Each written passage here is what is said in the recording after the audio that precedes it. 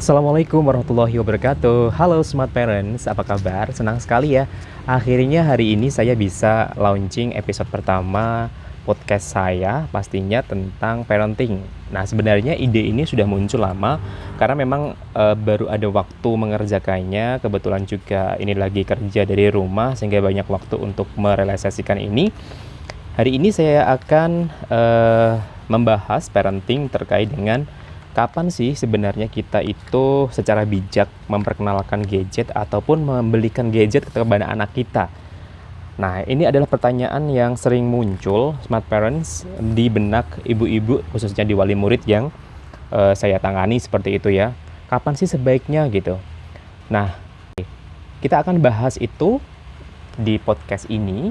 Tentunya buat smart parents yang ada di rumah ataupun di mana saja sedang mendengarkan podcast ini, jangan lupa untuk subscribe channelnya di Smart Parents dan juga ikuti IG-nya di alam_perdana agar bisa mengetahui podcast-podcast yang baru terkait dengan parenting.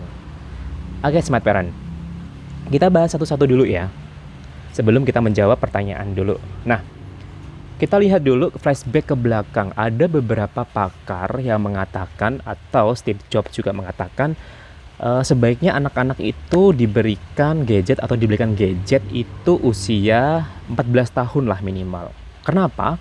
Karena anak di usia segini masa pubertas itu mereka bisa bertanggung jawab terhadap apa yang mereka lakukan. Itu alasan yang logis sih gitu ya. Nah, kapan kita mulai memperkenalkan gadget kepada anak? Sebenarnya tidak ada waktu memperkenalkan gadget kapan yang paling baik. Yang paling baik itu adalah ketika kita memperkenalkan gadget pertama kali kepada anak, itu orang tua selalu mendampingi dan ingat, waktunya harus jelas. Ya, misalnya nih sehari pada malam hari, jangan banyak-banyak nih, lihatin aja misalnya video nih. Ya, anak 2 tahun. Lihatin video anak-anak.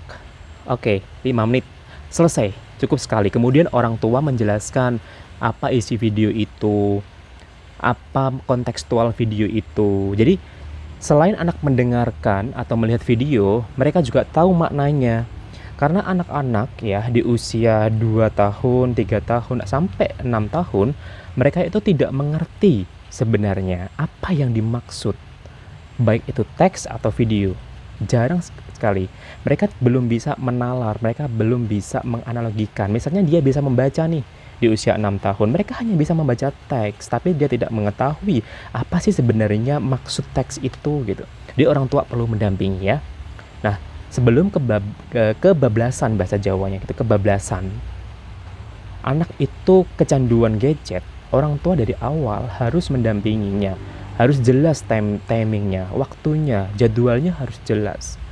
Jadi biar mereka punya bisa mengontrol nantinya ketika di usia 7, 8, 9. Karena anak-anak zaman sekarang, orang tua tidak bisa mengontrol anak-anaknya.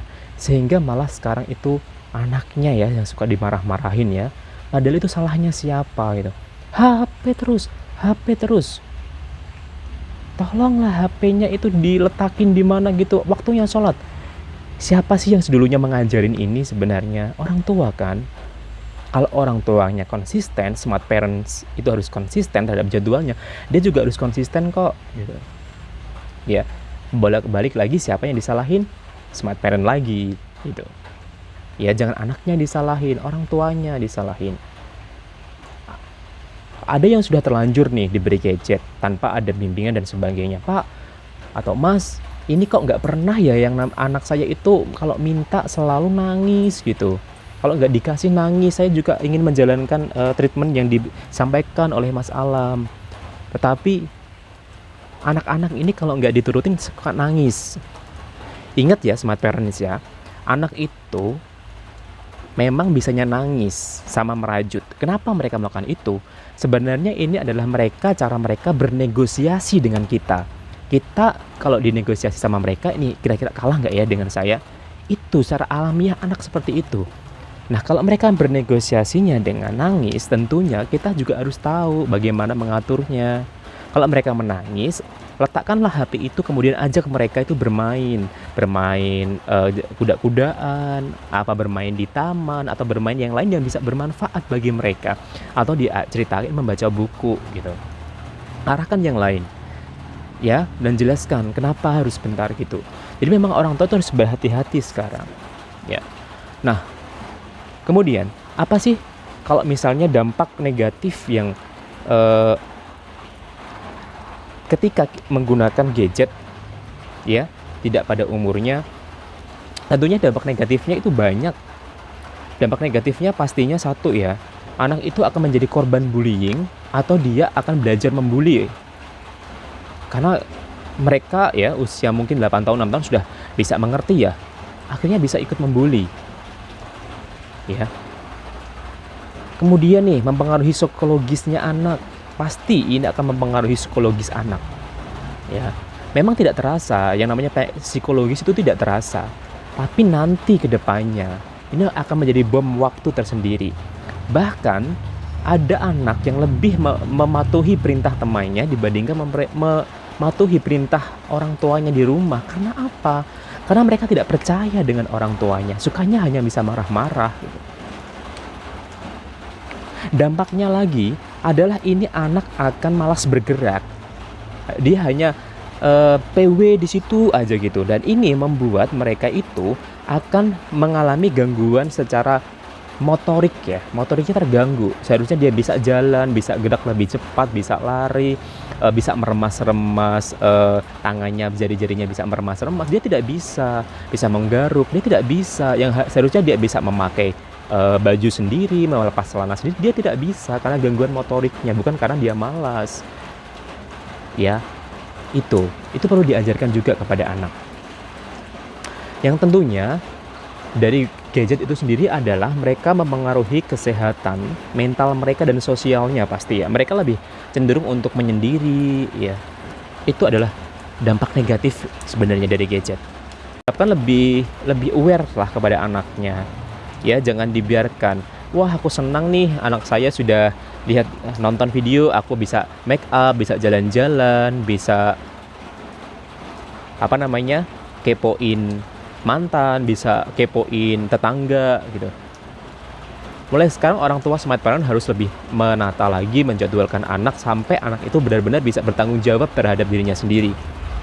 Dan jangan sampai anak ini lebih menghormati orang lain daripada menghormati orang tua. Itu sih tujuannya sebenarnya. Sekarang smart parent tinggal memutuskan apakah dimulai dari sekarang dengan membuat jadwal lebih intens kepada anak, apalagi di zaman saat ini, ya, masih ada pandemi virus COVID-19. Orang tua ada momen bekerja dari rumah, berkumpul bersama anak. Yuk kita mulai bareng-bareng dengan membuat schedule lagi kepada anak, lebih dekat kepada mereka. Karena dengan seperti itu mereka akan lebih aware terhadap keluarga, terhadap orang tua gitu. Dan ke depan itu lebih mereka bisa menghormati kita sebagai orang tua, bukan malah menghormati teman sebaya mereka. Nah, tentunya smart parents, apa yang saya utarakan ini pasti belum semuanya atau tidak semuanya itu benar. Atau bahkan smart parents juga tidak setuju dengan apa yang saya katakan. Namun bagi saya yang terpenting adalah smart parent kalau mendengarkan sesuatu atau mendapatkan sesuatu yang baik, itu tidak perlu diperdebatkan. Yang terpenting adalah smart parent harus mencari solusi dan menemukan solusi dari problem yang ada di sekitar Anda. Itu yang terpenting, ya. Dan untuk saat ini saya cukupkan sekian untuk podcast episode pertama. Pastinya kalau ada pertanyaan, kalau ada saran kritik, teman-teman boleh untuk komen. Nanti saya akan screening. Misalnya ada tema yang cocok, akan kita bahas di podcast berikutnya. Dan jangan lupa untuk subscribe dan ikuti IG saya agar lebih update mendengarkan podcast-podcast parenting yang akan saya bagikan. Terima kasih, sampai jumpa dan salam smart.